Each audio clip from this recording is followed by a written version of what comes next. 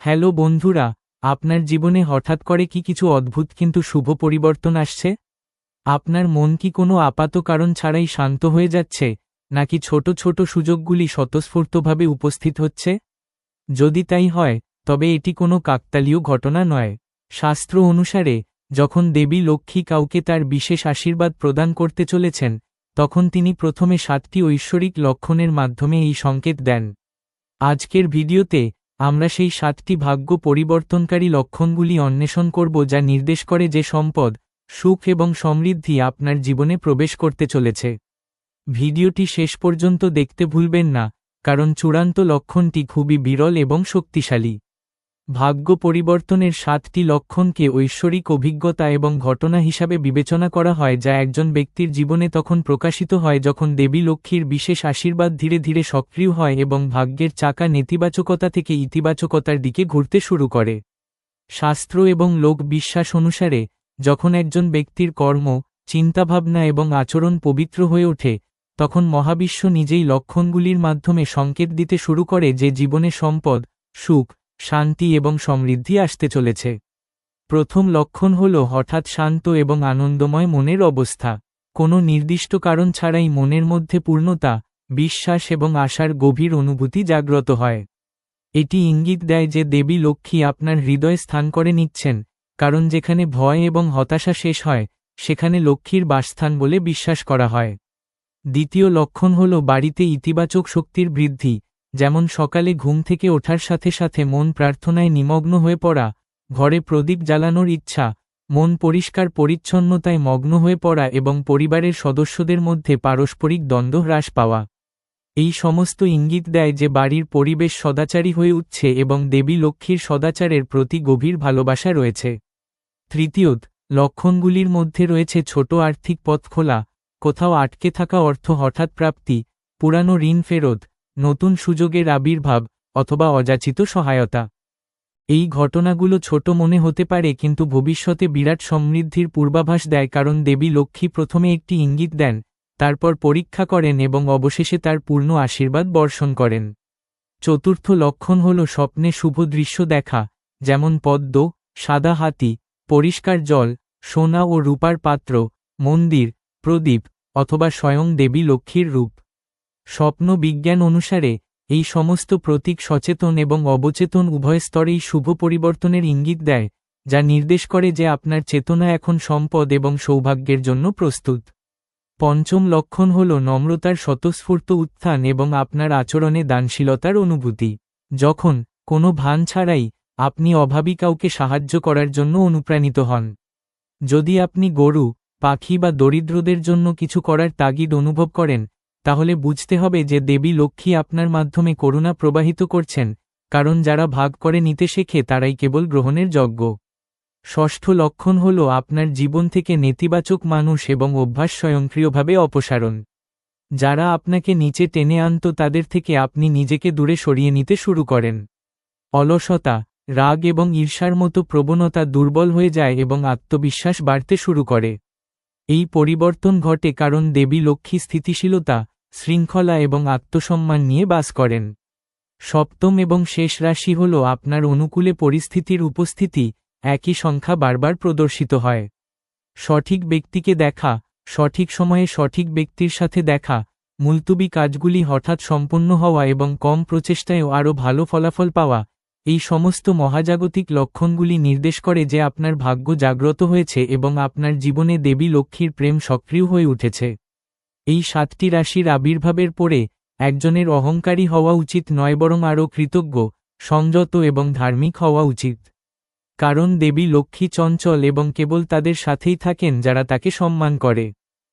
শুধুমাত্র নিয়মিতভাবে পরিচ্ছন্নতা, সত্য, কঠোর পরিশ্রম এবং সেবার পথ অনুসরণ করলেই এই লক্ষণগুলি স্থায়ী আশীর্বাদে পরিণত হতে পারে এবং তারপরে কেবল সম্পদই নয়, বরং জীবনে সুখ, স্বাস্থ্য, সম্মান এবং আধ্যাত্মিক শান্তিও স্বয়ংক্রিয়ভাবে অর্জিত হয়। লক্ষ্মীকে আমন্ত্রণ জানাতে কি করতে হবে? কঠোর পরিশ্রম সত্ত্বেও, আর্থিক অসুবিধা, বাধা এবং মানসিক চাপের মুখোমুখি হওয়া প্রতিটি ব্যক্তির মনে এই প্রশ্ন জাগে। শাস্ত্র অনুসারে, দেবী লক্ষ্মী কেবল সম্পদের দেবীই নন, বরং সৌভাগ্য, শান্তি, পুণ্য এবং স্থিতিশীলতারও অধিষ্ঠাত্রী দেবী। তার আশীর্বাদ তখনই স্থায়ী হয় যখন একজন ব্যক্তির আচরণ, চিন্তাভাবনা এবং পরিবেশ তার সাথে সঙ্গতিপূর্ণ হয়। প্রথম এবং সবচেয়ে প্রয়োজনীয় পরিমাপ হল ঘর এবং মনের পবিত্রতা, কারণ লক্ষ্মী যেখানে ময়লা, বিশৃঙ্খলা এবং নেতিবাচকতা থাকে সেখানে থাকেন না। প্রতিদিন সকালে ঘর পরিষ্কার করা, বিশেষ করে প্রধান দরজা, রান্নাঘর এবং প্রার্থনাস্থল পরিষ্কার রাখা, লক্ষ্মীকে আমন্ত্রণের ভিত্তি হিসাবে বিবেচিত হয়।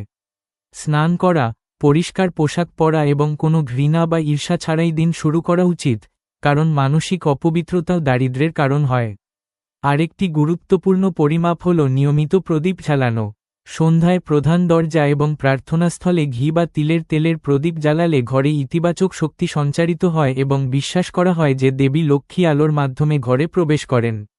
প্রদীপ জ্বালানোর সময় মনে ধ্যান করা উচিত। কৃতজ্ঞতা এবং শ্রদ্ধার অনুভূতি থাকা উচিত, কারণ প্রদর্শনের মাধ্যমে করা কাজ ফল দেয় না। তৃতীয় সমাধান হল তুলসীকে সম্মান করা এবং সেবা করা। তুলসীকে দেবী লক্ষ্মীর প্রিয় রূপ হিসাবে বিবেচনা করা হয়, তাই প্রতিদিন সকালে তুলসীকে জল অর্পণ করা, প্রদীপ জ্বালানো এবং পরিক্রমা করা খুবই ফলপ্রসূ, তবে মনে রাখবেন সন্ধ্যার পরে তুলসী স্পর্শ করা উচিত নয়। চতুর্থ সমাধান হল শুক্রবার বিশেষ সতর্ক এবং ধ্যান। শুক্রবার দেবী লক্ষ্মীর দিন হিসাবে বিবেচিত হয়। এই দিনে সাদা বা হালকা রঙের পোশাক পরা, ক্ষীর বা মিষ্টি অর্পণ করা, মেয়েদের বা অভাবী মহিলাদের সামর্থ্য অনুসারে দান করা হঠাৎ করে সম্পদের পথ খুলে দিতে পারে। পঞ্চম সমাধান হল দানশীলতা এবং সেবার মনোভাব গড়ে তোলা, কারণ যারা অভাবীদের সাহায্য করে তাদের ঘরেই লক্ষ্মী বাস করেন। বিশেষ করে খাদ্য দান, গরু পরিবেশন, পাখি খাওয়ানো এবং দরিদ্রদের পোশাক পরানো তাৎক্ষণিকভাবে পুণ্যের ফল দেয়। ষষ্ঠ সমাধান হল কথা ও আচরণের পবিত্রতা। ঘরে কঠোর কথা, মিথ্যা, অপমান এবং কলহ লক্ষ্মীকে দ্রুত দূরে সরিয়ে দেয়, তাই মিষ্টি কথা, সত্য এবং সংযম অনুশীলন করা অপরিহার্য। সপ্তম সমাধান হল ঋণ এবং অর্থের প্রতি শ্রদ্ধা। ঘরে ছেঁড়া নোট রাখবেন না, পা দিয়ে টাকা স্পর্শ করবেন না, সিন্দুক বা টাকার জায়গা পরিষ্কার পরিচ্ছন্ন রাখুন এবং সর্বদা দক্ষিণ বা উত্তর দিকে রাখুন। অষ্টম সমাধান হল মন্ত্র এবং নাম স্মরণ। প্রতিদিন কমপক্ষে 11 বা 108 বার ও শ্রীম মহালক্ষী নমঃ মন্ত্র জপ করলে পরিবেশে লক্ষ্মী উপাদান সক্রিয় হয় এবং স্থগিত কাজগুলি সম্পন্ন হতে শুরু করে। নবম সমাধান হল কৃতজ্ঞতা অনুশীলন করা। যে ব্যক্তি তাদের সম্পদ, পরিবার এবং জীবনের জন্য ঈশ্বরকে ধন্যবাদ জানায় সে দারিদ্র্য থেকে মুক্ত হয়। দশম সমাধান হল নেতিবাচক শক্তি। অলসতা, নেশা, ক্রোধ এবং অপব্যয় মতো অভ্যাস ত্যাগ করুন, কারণ এগুলো দারিদ্র্যের মূল কারণ বলে মনে করা হয়। শাস্ত্র বলে যে লক্ষ্মী চঞ্চল কিন্তু শৃঙ্খলা, ভক্তি এবং সেবার ঘরেই তিনি স্থিতিশীল হন। অতএব, যদি আপনি হঠাৎ লক্ষ্মীকে ডাকতে চান, তাহলে আপনাকে কেবল একদিনের জন্য নয়, বরং প্রতিদিনের জন্য সাত্ত্বিক জীবন গ্রহণ করতে হবে। যখন আপনার কর্ম, অনুভূতি এবং পরিবেশ একই সাথে পবিত্র হয়ে ওঠে, তখন দেবী লক্ষ্মী আপনার জীবনে আমন্ত্রিত না হয়েও প্রবেশ করেন এবং কেবল সম্পদই নয়, সুখ, সম্মান, স্বাস্থ্য এবং শান্তির স্থায়ী আশীর্বাদ দিয়ে চলে যান। দেবী লক্ষ্মী কেন রাগ করেন, এই প্রশ্নটি কেবল অর্থের অভাবের সাথে সম্পর্কিত নয়, বরং জীবনের সুখ, শান্তি, স্থিতিশীলতা এবং সৌভাগ্যের অভাবের সাথেও গভীরভাবে জড়িত। ধর্মগ্রন্থ ও পুরাণে দেবী লক্ষ্মীকে চঞ্চল হিসেবে বর্ণনা করা হয়েছে, যার অর্থ এই নয় যে তিনি কারণ ছাড়াই ঘর ছেড়ে যান, বরং ইঙ্গিত দেয় যে তিনি কেবল সেই জায়গাগুলিতেই স্থায়ীভাবে বাস করেন যেখানে পবিত্রতা, মর্যাদা, শৃঙ্খলা এবং ধার্মিকতা পরিলক্ষিত হয়। দেবী লক্ষ্মীকে অসন্তুষ্ট করার প্রধান কারণ হল ঘর এবং মনের অপবিত্রতা। নোংরা, বিশৃঙ্খলা, ভাঙা জিনিসপত্র, ছেঁড়া পর্দা, অপ্রয়োজনীয় জিনিসপত্র এবং অন্ধকারে ভরা ঘর নেতিবাচক শক্তির আশ্রয় নেয় এবং লক্ষ্মী এমন জায়গায় বাস করেন না। তদুপরি, যদি মন ঈর্ষা, ঘৃণা, লোভ এবং নেতিবাচক চিন্তায় পূর্ণ থাকে, এমনকি বাহ্যিক পরিচ্ছন্নতাও অকার্যকর হয়ে পড়ে। আরেকটি প্রধান কারণ হল অহংকার এবং অহংকার। যখন একজন ব্যক্তি সম্পদ, পদ বা জ্ঞান অর্জনের পরে নিজেকে শ্রেষ্ঠ মনে করে এবং অন্যদের ঘৃণা করে, তখন লক্ষ্মী ধীরে ধীরে তাদের থেকে দূরে সরে যেতে শুরু করেন, কারণ দেবী লক্ষ্মী নম্রতাকে লালন করেন। তৃতীয় কারণ হল কথার অপবিত্রতা। ঘরের মধ্যে কঠোর কথা, মিথ্যা, অপমান, গালিগালাজ এবং ক্রমাগত ঝগড়া লক্ষ্মীর কাছে অত্যন্ত অপ্রীতিকর। শাস্ত্রে বলা হয়েছে যে যেখানে কথা বিষাক্ত, সেখানে লক্ষ্মী সেখানে বাস করেন। এগুলো স্থায়ী হয় না। চতুর্থ কারণ হল অধর্ম ও অন্যায়ের মাধ্যমে অর্জিত সম্পদ। প্রতারণা, দুর্নীতি, অসততা ও শোষণের মাধ্যমে অর্জিত সম্পদ শুরুতে বৃদ্ধি পায় বলে মনে হতে পারে, কিন্তু এটি লক্ষ্মীর আশীর্বাদ নয় বরং কর্মের পরীক্ষা, এবং পরিণামে এই সম্পদ দুঃখ ও ধ্বংসের কারণ হয়। পঞ্চম কারণ হল দান ও সেবার অভাব।